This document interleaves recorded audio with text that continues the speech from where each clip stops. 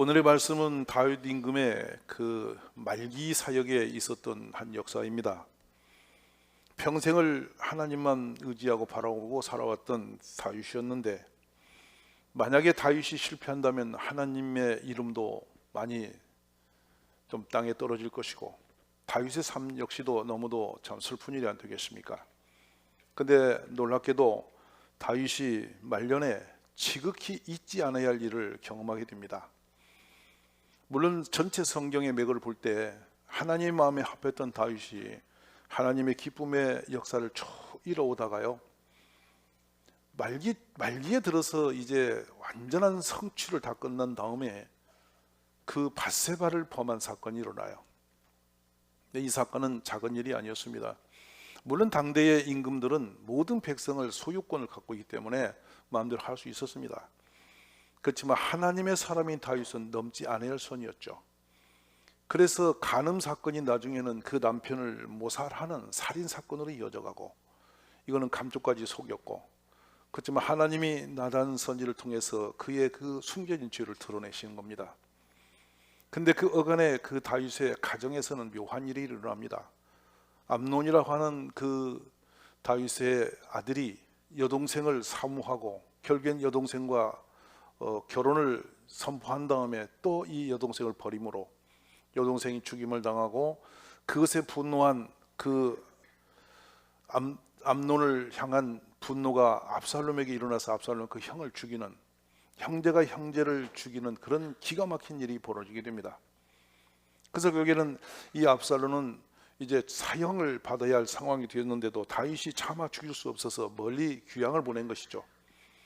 그러나 살아있는 아들을 멀리하는 것이 또 마음이 아파서 어느 날 불러들였는데, 불러들인 이후로 압살롬이 아버지를 대적하기 위해서 준비를 합니다. 그래서 궁궐 문 앞에서 재판받으러 오는 사람들의 마음을 사서 환심을 산 다음에 결국에는 때가 되므로 민심이 요동칠 때에 자신이 임금으로 등극을 하기 위해서 아버지 목에 칼을 겨눈 것입니다.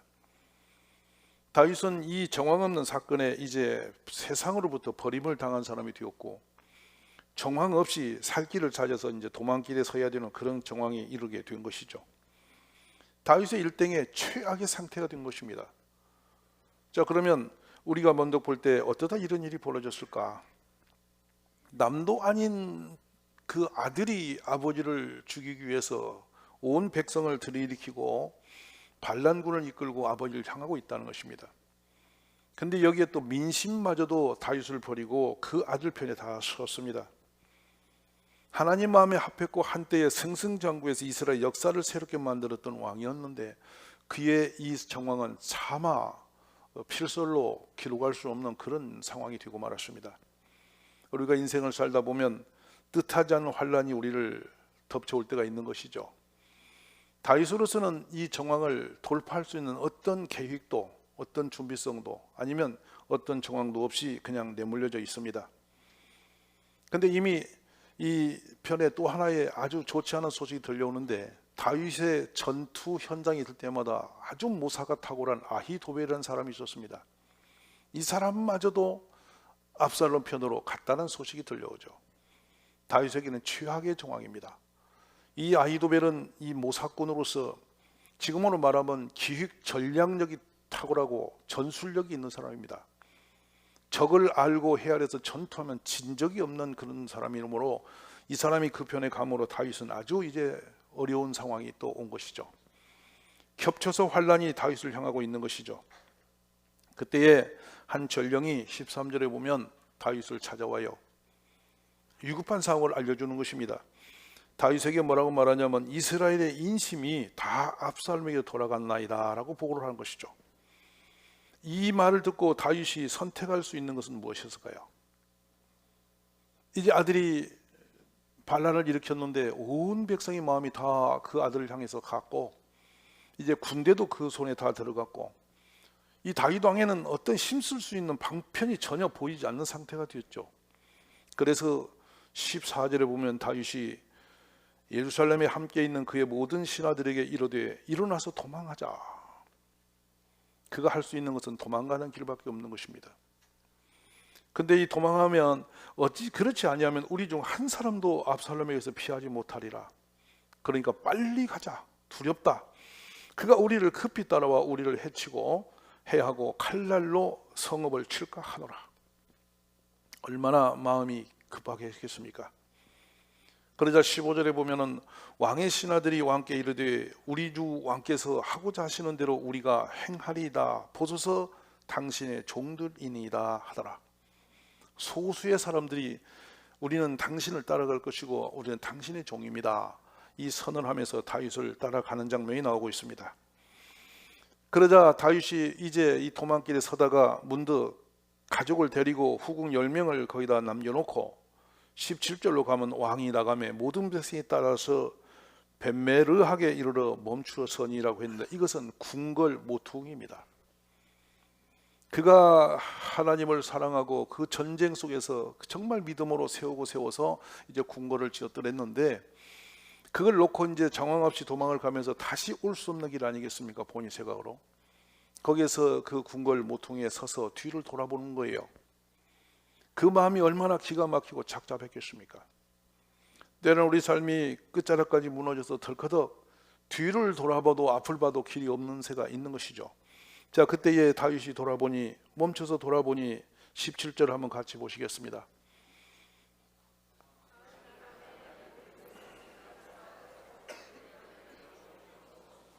예, 멈춰서서 다윗이 돌아보는 것이죠. 참 기가 막힌 상태 아니겠습니까?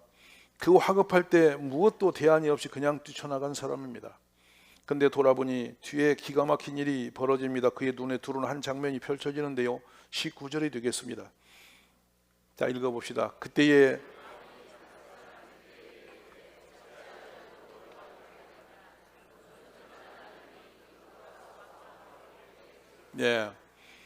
뜻밖의 한 무리가 그 눈에 들어오는 겁니다. 오늘의 말씀은 이 부분에서 우리가 은혜 받기 원하는 부분입니다. 가드 사람 하면 옛날에 여러분이 잘 알고 있는 골리앗 동네입니다. 이 사람 이때는 골리앗의 고향 블레셋 사람이었던 것이죠. 어떤 사연인지 모르지만 이 사람이 이제 그 땅에서 도망을 해서 다윗의 품에 온 것입니다. 왔는데 다윗이 이제는 길이 없고 나라가 다 기울어서 도망간다 하는데 그 누구도 다윗을 따라갈 자가 없는 것이죠. 왜냐하면 이미 기울었고 다윗 편에 서는 것은 죽음이 오는 것입니다. 멸망을 당하는 거예요. 그런데 뜻밖의 이 가드 사람 이때가 그 사람 600 군대를 거느리고 다윗을 따라오고 있는 거예요. 다윗이 기가 막힌 거죠. 그래서 다윗이 그에게 말한 겁니다. 어째서 너가 우리와 함께 가려고 하느냐? 무슨 사연이 있어서 나를 따라오느냐? 왜냐하면 다윗 정황을 아는 거예요. 나를 따라오면 내가 죽을 때 너도 죽는 거고 내가 패함으로 너도 패하는 거고 네가 살고자 이 땅으로 왔는데 왜 나를 추종하느냐 이거요. 네가 살려면 새 임금한테 가야 되는 거 아니겠냐. 이미 압살롬은 왕으로 선언을 했고 사람은 그리 몰려갔으니 그는 이미 임금이 된 겁니다. 그러지 네가 어찌 나를 따르려고 하느냐. 너는 예루살렘으로 급히 돌아가서 새 왕과 함께 그곳에 머물러라. 너는 망명을 해온 외국인이 아니냐, 이방인이 아니냐. 어찌 우리는 어디로 가야 할 바도 모르는데 청치 없이 길을 떠나는데 너가 어떻게 나를 따르려고 하느냐. 다윗이 자신과 함께 가는 것을 얼마나 위험하고 불행이 있는지를 아는 겁니다. 그래서 그를 돌이키려고 그를 단돌이 하고 있는 것이죠.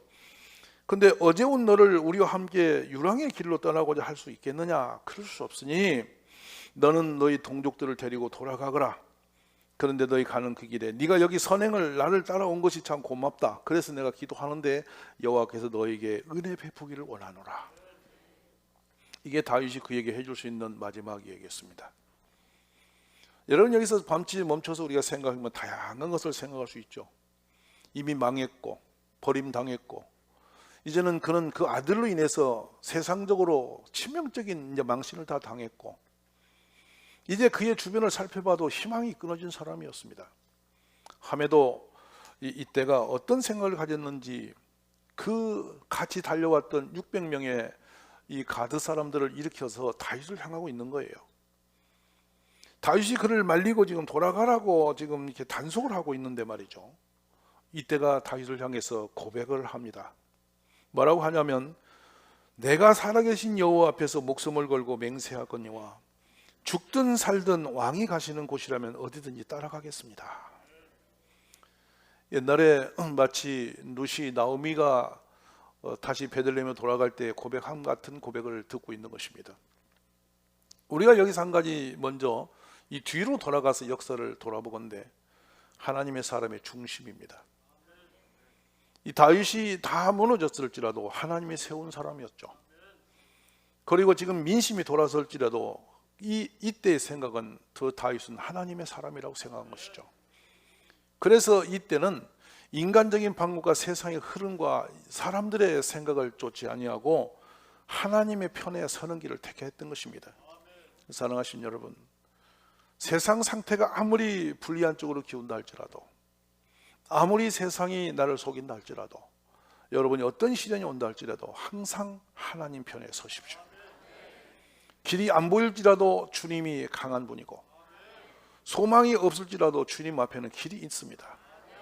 홍해 바다가 길을 막았을 때도 홍해 속에도 길을 내신 하나님이시고, 먹을 물이 없어서 광야에서 그들이 허덕이고 있을 때도 바위를 터뜨려서도 물을 내신 분이 하나님이십니다. 하나님은 종종 불가항력적인 그 상황에서 역사하시는 분이 하나님이십니다. 여기서 놀라운 것은 다윗의 그 주위의 값으로 그는 지금 어려움을 당하고 있지만은 결국은 하나님은 이방 사람 이때를 통해서도 다윗을 위로하고 계신다. 저는 이 부분에서 그것을 보고 있는 것입니다. 얼마나 가슴에 오는 그 감동이 큰지 몰라요. 세상 사람이 다 버리고 심지어 자기 아들마저도 그를 향해서 칼을 뽑았는데, 그가 그렇게 사랑해서 길렀던 모든 군대도 다 떠나버렸는데, 또 아히도벨은 자기의 머리처럼 사용했던 사람입니다. 손이 되었고 발이 되었던 사람마저도 등을 돌리고 도망쳤는데, 적이 되어서 자신을 겨누고 있는데, 어떻게 가드 사람 하면 이전에 골리앗을 쳐서 이겼던 다윗으로서는 원수진 나라입니다. 그 사람이 지금 다윗에게 죽어도 살아도 같이 그 길을 가겠다고 나섰다는 것이죠.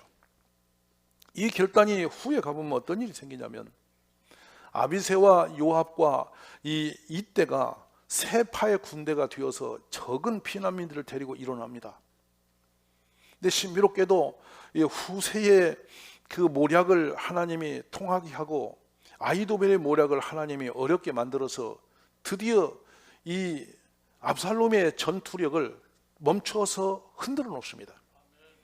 그때의 이 광야에서 치고 나왔던 이때의 군대와 또 요압의 군대와 아비새의 군대가 거침없이 압살롬의 군대를 쳐뭉개고 이 다윗이 다시 왕이 되는 이 회복의 축복을 경험하게 되는 것이죠. 근데 오늘은 어쨌든 그 훗날이 있었던 것이고, 이제 다윗이 일행을 지나갈 때에 온 예루살렘 주민이 소리 높여 울고, 왕도 기드론 시내를 건너가자 그의 일행은 모두 광야로 향했다. 지금 여러분이 보시는 저것이 유다 광야입니다. 지긋지긋한 곳이었죠. 십수년 동안 사울이 3천의 특공대를 이끌고 다윗을 죽이려고 몰고 다닐 때, 다윗은 저 광야에서 헐벗고 굶주리고 추위에 떨고 굶주림에 떨면서 토굴 속으로 숨어 산 넘어 저 광야를 건너 도망다녔던 세월이 있었습니다. 얼마나 기가 막혔던지 다윗은 희망이 끊어져서 이제 그는 더 이상의 어떤 희망도 소망도 끊어져서 그 땅을 도망쳐서 브레스 땅에 가서 수염에 침을 흘리면서 문짝을 긁으면서 미친 행세도 했고, 굴에 숨어서 사울왕이 와서 자기를 죽이려 한 사울왕을 또 그가 살려보내기도 했고, 그 아둘람 굴에는 세상에서 환난당한 모든 천박한 사람이 다 달려와서 그를만 바라볼 때에 그는 먹을 것이 없어서 구걸하는 삶을 살기도 했고, 그래서 저 유대 땅은 그 인생의 사망의 음침한 골짜기였습니다. 이제는 피해서 갈 곳이 없어 저 길을 향하는데, 놀랍게도 이때가 그 가드 사람 이때가 그에게 같이 가마라고 따르할 때 다윗이 얼마나 위로가 되었겠습니까? 여기서 우리가 볼 수 있는 것은 세상 사람이 다 버려도 주님은 우리 편에 계신다. 믿음으로 주님을 편에서 우리가 달려간다면 주님은 그를 지켜주시는 분이다. 다윗의 죄악이 있어서 하나님의 채찍을 가할지라도 그가 다시 일어설 때 주님은 힘을 주시고 길을 열어주시고, 세상 사람이 다 길을 막았어도 주님은 그곳에 다시 살 길을 열어주신 분이 하나님이시다.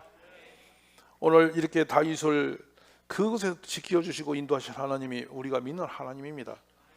여러분의 삶에도 하나님이 잔잔히 조용히 계신 것 같아도 반드시 길을 열어주시고 회복의 축복 주심을 믿으시기를 바랍니다.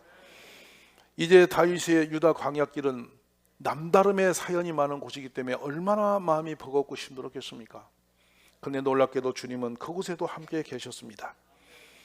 그 다윗은 그 표현을 이렇게 하지 않습니까? 너는 어제 왔고 나는 정처 없이 간다. 우리가 살아가는 인생길은 정처 없이 가는 길입니다. 때로는 꿈을 꾸고 계획을 세우고 또 소망을 품고 가지만 오늘 하루, 내일 모레 앞으로 가는 새해는 어떤 일을지 아무도 예측할 수 없습니다. 그래서 인생은 나그네 길이라고도 하고 정처 없는 길이라고도 말하는 줄 믿습니다. 겉없이 떠돌다가 힘을 다했지만 무엇을 얻을지도 모르고 달려가는 것이 인생입니다.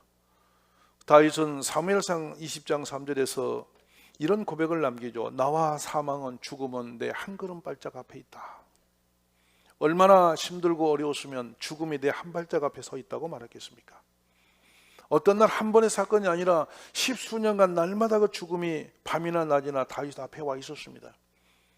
그런데 주님은 그 사망이 음침한 골짜기에서도 그를 지팡이와 막대기로 건져내셨습니다. 그 주님이 오늘 우리를 지켜주심을 믿으시라는 말씀입니다. 그가 미치광이 흉내를 내며 목숨을 구걸한 그곳에도 하나님께서는 그를 편에 서서 그의 지금 말하면 상상할 수 없는 그 절망 가운데 있었지만 다윗을 살려주셨습니다. 길이 없는 곳에 길을 내셨고 소망이 없는 곳에 소망을 주신 분이 하나님 아버지셨습니다. 우리의 중심 하나가 중요합니다. 어떤 정황이 들지라도 주님을 등지지 않는 것, 어떤 시련이 와도 주님 반대편에 서지 않는 것, 어떤 내 마음의 결정이 올지라도 내 입으로 하나님을 향해서 죄를 지지 않는 것, 우리가 늘 주님을 믿고 주님만 바라보면 반드시 회복시켜 주심을 믿으시기 바랍니다. 어떠한 죄도 이기신 분이 주님이시고 어떤 환난도 그 주님이 해결하신 분이 하나님이시며 못 고칠 병이 없는 분이 주님이십니다. 우리 주님은 죽은 자도 살려내셨고 안진뱅이도 일으키셨고 나병도 고치셨고 소경의 눈도 열으셨고 귀머거리들 듣게 하셨고 세상에 버림받은 자를 들어서 높이 존귀하게 사용하신 분이 예수님이십니다. 오늘 우리 가족들이 이 주님을 믿고 새 힘을 얻기를 주의 이름으로 축원합니다. 그렇습니다. 압살롬이 아무리 힘이 세도 하나님을 이길 수 없는 것이고 온 백성이 다 등을 돌려도 하나님은 그 백성보다 강하신 분이십니다. 오늘 아히도벨의 모략을 헛되게 하고 이 불쌍한 다윗을 회복시켜 준 하나님이 우리가 믿는 하나님임을 믿으시기 바랍니다. 그러므로 여러분, 어떤 시련이 와서 나를 흔들할지라도 여러분 믿음으로 이기십시오. 주님의 때를 기다리십시오. 오늘 기도 응답이 더디 온다 할지라도 주님은 반드시 들으실 것이며 길을 열어주시고 응답하심을 믿으시기를 바랍니다. 여인이 어찌 그 젖 먹는 자식을 잊겠으며 자기 태에서 난 아들을 긍휼히 여기지 않겠느냐. 그들은 혹시 잊을지라도 나는 너를 잊지 아니할 것이라. 그렇습니다. 세상 사람은 다윗이 이제 끝났다고 다 등을 돌렸고 유면했지만 주님은 그래도 그 편에 계셨습니다. 그래서 상황과 정황을 뛰어넘어 주님은 그를 회복시켜 주신 분이 하나님 아버지십니다. 성탄을 맞이한 우리 모든 가족에게 이 회복의 축복이 있으시기를 주의 이름으로 축원합니다.